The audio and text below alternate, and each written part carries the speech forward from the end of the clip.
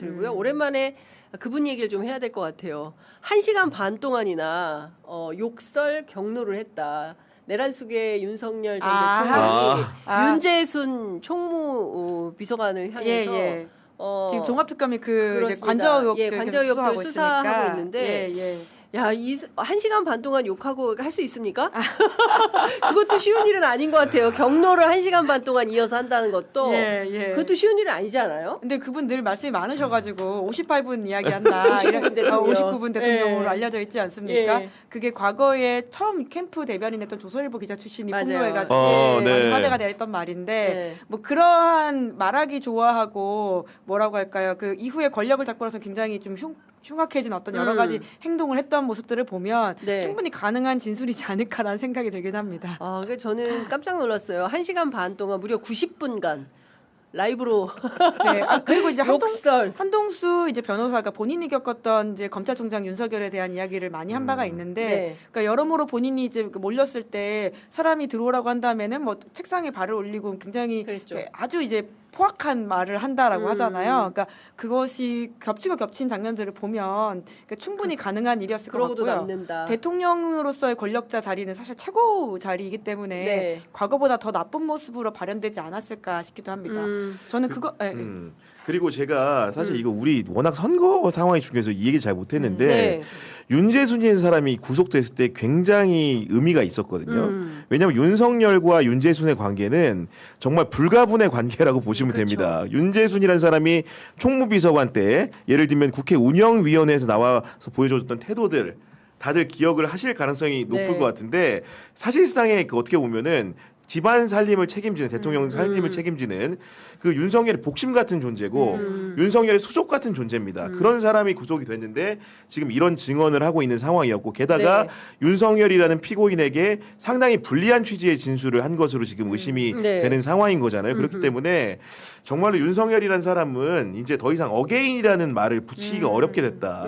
가장 가까운 사람마저도 윤석열과 다른 길을 갖고 있기 때문에 그런 상황적 맥락을 철저하게 보여준 상황이라고 봅니다. 그러니까 1시간 반 동안 경로하고 욕설한 다음에 달라진 것은 당초에 14억 4천만 원이었던 예산이 41억 1,600만 원으로 늘어났다는 것이고 당시에 말도 많고 탈도 많았던 무자격 업체죠.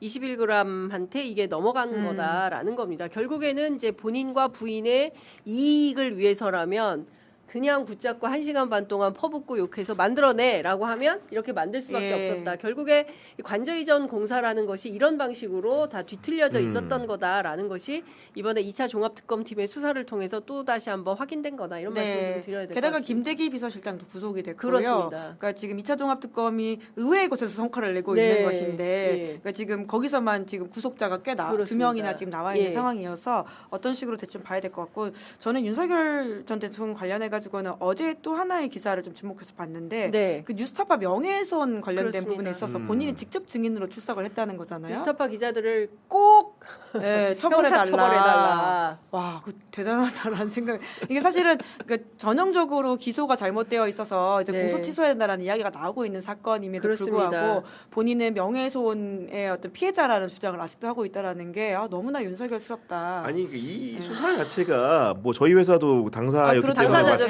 말씀을 좀 드리면은 기본적으로 애초에 전례 없는 수사였죠. 검찰의 특수부를 동원해가지고 언론의 보도를 상대로 그것도 대통령의 명예를 훼손한 혐의로 한 거였고 그리고 시점적으로도 지금 본인 주장도 보면 굉장히 어이가 없는데 예를 들면 대선 이후에 누군가가 뭐 이렇게 잘못됐다고 말을 해줘가지고 이제 수사를 하게 된 것으로 알고 있다는 것처럼 굉장히 거리감 있는 것처럼 말을 하는데 대통령이 이건 뭐 윤재순 사건도 마찬가지지만은 뭐 예를 들면 일정 정도 개입이 없으면은 중앙지검의 특수부가 이런 수사를 과연 할 수 있을까?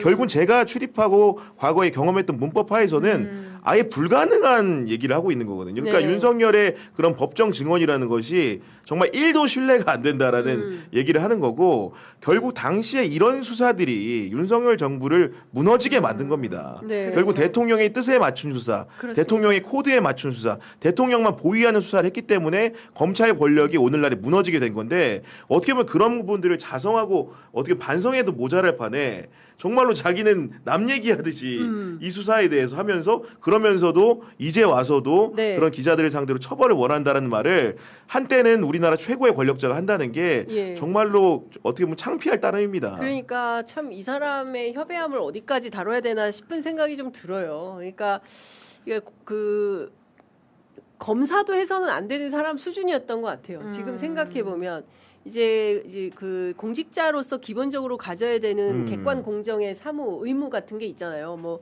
우리처럼 민간인이지만 기자를 하면서도 이렇게 객관 공정 의무를 이렇게 태생적으로 이거는 해줘야 돼라는 생각이 드는데 이 사람 안에는 그조차가 없었던 것 같다라는 생각이 좀 들고 상당히 극언이 많이 나왔어요. 당시에 이게 김기현. 예, 그렇죠. 로저 비비의 김기현. 네, 뭐라 그랬냐면 자유민주주의 근간 흔드는 사악한 행위라고 하면서 국가 반역죄, 말씀해 주신 대로 사형에 처해야 하는 그 국가 반역죄, 치밀하게 계획된 1급 살인죄, 뭐 이런 극형에 처해야 된다, 뭐 이런 주장을 했었어요. 근데 과연 기자들의 지금 경향신문 이게 구경 기자 착하게 생겼잖아요. 이렇게 열심히 후보 검증한 것에 대해서 공익적 업무에 대해서 이렇게 말도 안 되는 혐의를 덮어씌워서 한국 사회에서 완전히 이제 몰아내려고 했던 이런 행태들에 대해서 끊임없이 우리가 계속 이야기를 하면서 그때 당시에 그런 행동들이 잘못되었다라는 것을 지적해야 될 것 같아요. 예. 네, 그 윤석열 씨 원래 하루 종일 재판 증인 받기로 했는데 증인 신문 어제 오전에만 있었다라고 하고요. 그래서 다음에 한 번 더 나온다고 합니다. 이제 그때는 좀 더 그 당사자들도 질문을 좀 할 수 있었으면 밀도 있는 좋겠다. 질의를 하지 않을까. 이런 생각이 들거든요. 그렇습니다. 한상진 기자가 직접. 그러니까요. 조만간 저희 또 한상진 기자 직접 모셔서 마주한 윤석열에 대해서 어떻게 생각하는지 좀 물어봐야 되겠다라는 생각이 좀 들기도 합니다.